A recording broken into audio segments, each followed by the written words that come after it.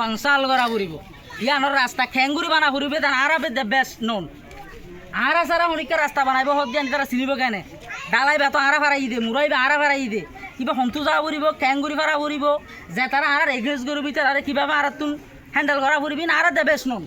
এতলা রোহিঙ্গার লই এরা কনসাল করা ফুরিব রোহিঙ্গার লই কনসাল নগর যদি হনিকা ডিসিশন লদ্দতি গেলে ইয়ান এফেক্টিভ নহইব না একসরা নাটক হইব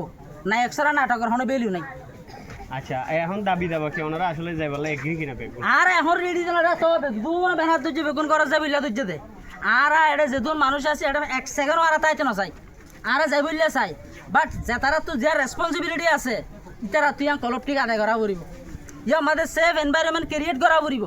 সেফ এনভায়রনমেন্ট কেঙ্গুরি ক্রিয়েট করব হদিন আর কনসাল্ট করলে রোহিঙ্গা রিপ্রেজেন্টেটিভ লয় আর তো চলির রাস্তা আছে